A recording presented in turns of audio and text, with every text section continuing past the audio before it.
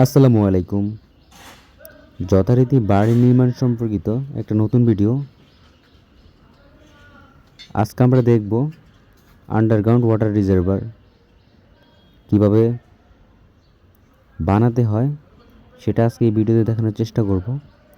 তো ফার্স্টেই এখানে যেটা দেখতে পাচ্ছেন, এটার দৈর্ঘ্য 13 ফিট এবং প্রস্থ প্রায় 7 ফিট। এখানে 8 ইঞ্চির একটা থিকনেসে বটম জালি ক্যাস্টিং করা হবে। তো বটম জালিতে 5x5 ইঞ্চ একটা স্পেসিং করা হয়েছে এবং টপ জালিতে 6x6 ইঞ্চ একটা স্পেসিং করা হয়েছে। যেখানে দেখতে পাচ্ছেন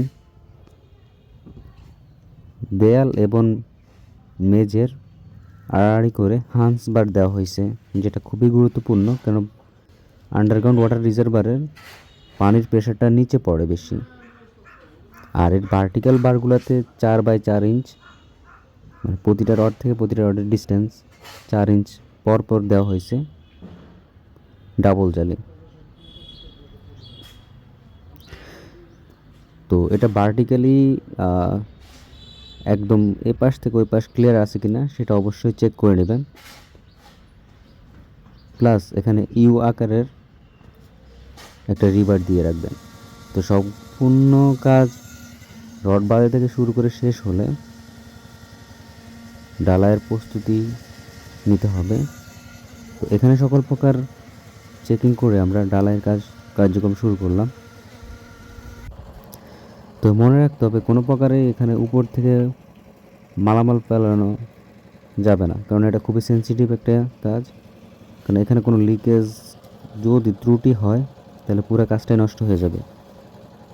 আর প্রতিটি ডালাইয়ের সময় যেহেতু এখানে 8 ইঞ্চি, তো 4 ইঞ্চি পর 4 ইঞ্চি করে করে একটা লেয়ারের বাইবেটার করে নিতে হবে। বাইবেটার খুবই গুরুত্বপূর্ণ, কারণ কোনো প্রকারের ভিতরে কংক্রিটের যেন ফাঁকা না থাকে, বাতাস ঢুকতে না পারে, সেক্ষেত্রে সর্বক্ষণিক বাইবেটার করতে হবে 2টা লেয়ার করে।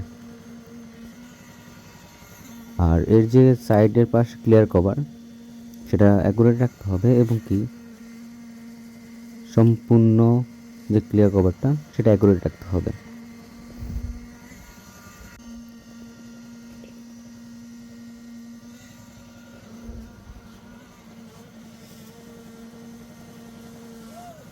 একটা আন্ডারগ্রাউন্ড ওয়াটার রিজার্ভারের যেহেতু এখানে 13 ফিট বাই প্রায় 7.5 ফিট, তো এখানে 14,000 থেকে 15,000 লিটারের একটা ট্যাঙ্কি করা হচ্ছে।